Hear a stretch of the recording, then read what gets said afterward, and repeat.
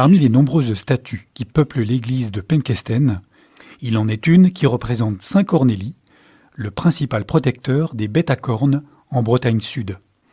Son nom est la forme bretonne de Corneille, en latin Cornelius, et c'est au pape Saint Corneille, qui vécut au IIIe siècle, qu'il doit sa tiare et son bâton papal à triple traverse, qui a disparu à Penkesten. De l'autre main, il bénit une vache couchée à ses pieds. Le bovin, aux larges cornes, de race bretonne pie-noir, était une des espèces les plus communes en France vers 1900. Elle a pourtant frôlé l'extinction à la fin du XXe siècle, victime de la standardisation des pratiques d'élevage et la course à la productivité.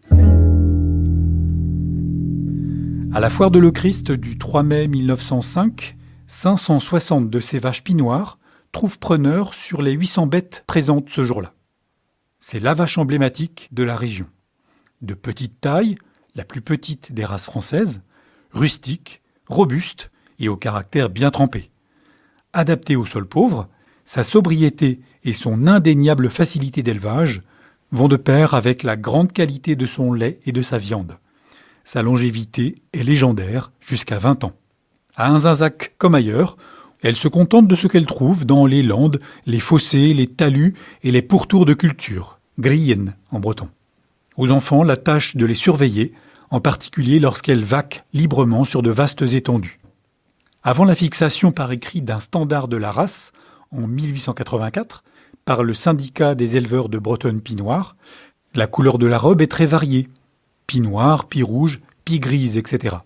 2 élégantes cornes en forme de lyre couronnent sa tête. En 1954, 30% de la population active d'Inzinzac vit de l'agriculture. C'est à ce moment que le système de polyculture-élevage traditionnel vacille. L'élevage de la pie noire n'est plus jugé assez productif et adapté aux nouveaux modèles de culture. Et la petite bretonne est abandonnée au profit de la normande et la frisonne. C'est en 1976, au creux de la vague, qu'un programme de sauvegarde de la bretonne pie noire est lancé. Avec un effectif qui croît modestement chaque année, la race échappe de peu à l'extinction.